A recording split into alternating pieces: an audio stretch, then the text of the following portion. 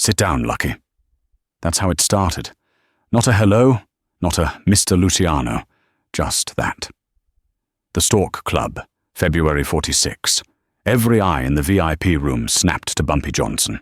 Luciano's boys, hands itching for their pieces, were ready to paint the walls red. But Luciano?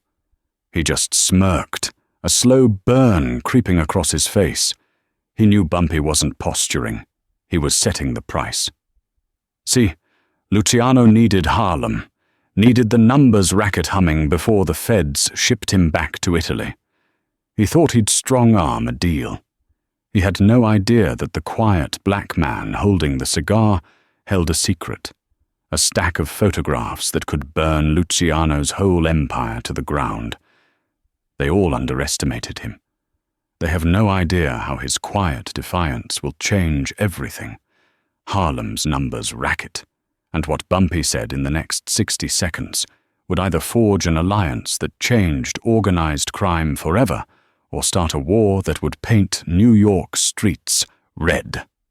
February 1946, World War II was over and America was celebrating. But in the smoke-filled back rooms of New York City, a different kind of war was brewing. Lucky Luciano, the man who'd modernized the Mafia, had just been released from Donora prison after serving 9 years. The government had made him a deal. Help us win the war by using your connections with the Italian docks, and we'll commute your sentence. Luciano had delivered, but there was a catch: deportation. In less than 3 weeks, the feds were shipping him back to Italy permanently, and Luciano, being Luciano, wasn't going to leave without securing his empire. The 5 families were in order. Frank Costello was running the Luciano family in his absence. Vito Geneves was scheming from Italy. Albert Anastasia controlled the docks. Everything was set except for one problem: Harlem, the numbers racket. The illegal lottery that made millions every week was booming in Harlem, and the Italians wanted in. They'd tried before, back in 1935, when Dutch Schultz muscled his way into the business. But Schultz had made a fatal mistake. He'd underestimated a quiet, sharp-dressed enforcer named Ellsworth Bumpy Johnson. Schultz ended up dead in a New Jersey tavern, shot to pieces. Now, 11 years later, Luciano wanted what Schultz couldn't take. But Luciano was smarter than Schultz.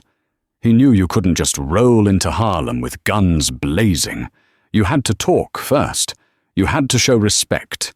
You had to make an offer. So Luciano sent word to Bumpy Johnson. "Let's meet." Bumpy didn't respond for a week. That alone told Luciano everything he needed to know. This wasn't going to be easy. The Stork Club on East 53rd Street was the most exclusive nightclub in Manhattan. Frank Sinatra performed there. J. Edgar Hoover drank there. And on the night of February 18, 1946, Lucky Luciano reserved the entire VIP room. He brought 6 men with him: Frank Costello, his acting boss; Albert Anastasia, the Lord High Executioner; Mir Lansky, the accountant; 3 bodyguards who'd killed more men than they could count. Bumpy Johnson walked in alone. He was 40 years old, dressed in a tailored 3-piece suit, navy blue, with a crisp white shirt. No tie. He never wore ties. A gold watch chain hung from his vest pocket. His hair was freshly cut, his shoes polished to a mirror shine. And in his right hand, he carried a leather briefcase. The bodyguards moved toward him, hands reaching for weapons, but Luciano raised one finger. Let him through. Bumpy walked past them without a glance, his footsteps echoing on the marble floor. He pulled out a chair at the head of the table, the seat usually reserved for the boss, and sat down. He placed his briefcase on the table, then pulled out a cigar. Nobody moved. Costello's jaw tightened. Anastasia's hand drifted toward his waistband, but Luciano just smiled because he recognized what Bumpy was doing. This wasn't disrespect. This was a test. Bumpy was establishing the terms of the conversation before anyone said a word. Luciano took the seat directly across from him. "Mr. Johnson, thank you for coming." Bumpy lit his cigar, took a long drag, and blew smoke toward the ceiling. "Mr. Luciano, you wanted to talk, so talk." Luciano folded his hands on the table. His voice was calm, measured, the voice of a man who'd negotiated with presidents and gangsters and knew the difference between the two. "I'm leaving the country in 3 weeks. The feds are shipping me back to Italy. But before I go, I need to make sure New York stays in order. No wars, no chaos, just business." Bumpy nodded slowly, said nothing. "Harlem is the last piece of the puzzle," Luciano continued. "The numbers racket is making millions. My people want in, but I know you've been running things up there since Shorts died. You've got the trust of the community. You've got the infrastructure. You've got the police on your payroll." He paused, looking Bumpy directly in the eyes. "I'm not here to take what's yours, Bumpy. I'm here to offer you a partnership. You keep running Harlem. We provide protection, investment capital, and connections. In return, we take 40% of the profits. You get to stay independent, but under our umbrella, under our protection." The room was silent. Frank Costello leaned forward, watching Bumpy's reaction. Meyer Lansky's fingers drummed softly on the table. Albert Anastasia cracked his knuckles. Bumpy took another drag from his cigar. "What happens if I say no?" Luciano's smile didn't waver, but his eyes went cold. "Then we have a problem, because if you're not with us, you're against us, and nobody survives being against us." It wasn't said with anger. It wasn't said with heat. It was said with the absolute certainty of a man who'd built an empire on that exact principle. Bumpy set his cigar down in the crystal ashtray, opened his briefcase, and pulled out a single photograph. He slid it across the table. Luciano picked it up. His face didn't change, but his fingers tightened around the edges. The photograph showed a warehouse in Red Hook, Brooklyn, one of Anastasia's gambling operations. And standing in front of it, shaking hands with a known police captain, was Albert Anastasia himself. "That was taken 3 days ago," Bumpy said quietly. "I've got 12 more just like it. Different warehouses, different cops, different members of your organization." The room went deathly quiet. Costello's hand moved toward his jacket. Anastasia stood up halfway out of his chair, but Luciano just stared at the photograph and then at Bumpy.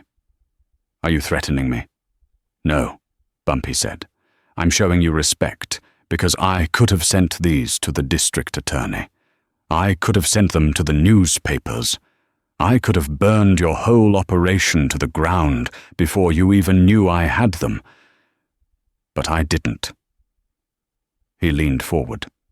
"You came to Harlem asking for a partnership, but a partnership means equals. And what you just offered me wasn't a partnership. It was a takeover with a smile." Luciano set the photograph down. For the first time since Bumpy entered the room, he looked genuinely impressed.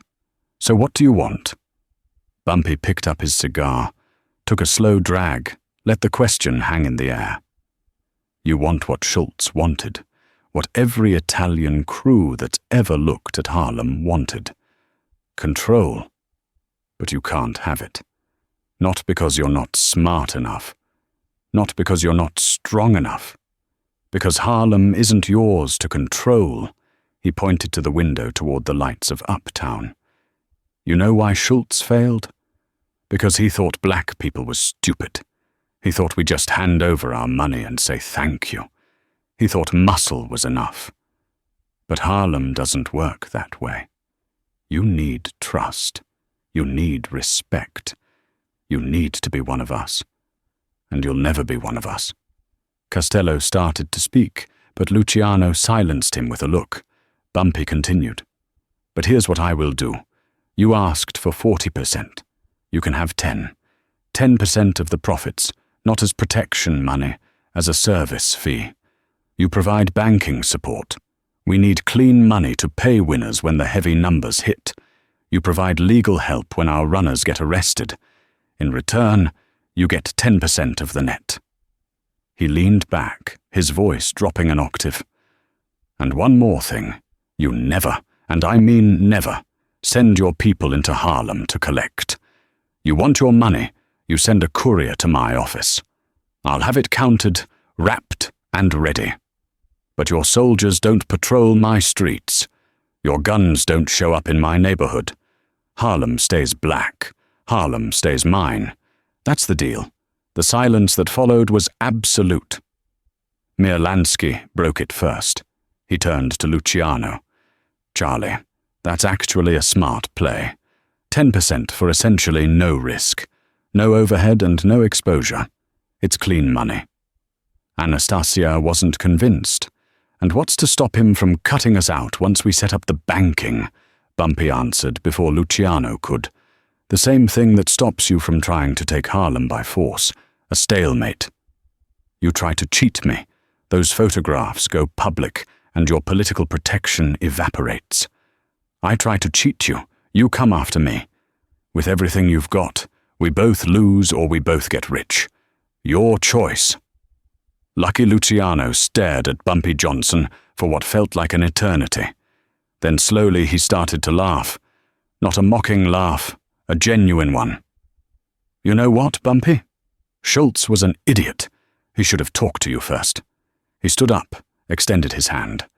10% banking and legal support. No soldiers in Harlem, and you deliver the money monthly. Bumpy stood, shook his hand, one firm grip. "We have a deal." Frank Costello exhaled. Lansky smiled. Even Anastasia sat back down, the tension bleeding out of the room. Luciano held on to Bumpy's hand for an extra second.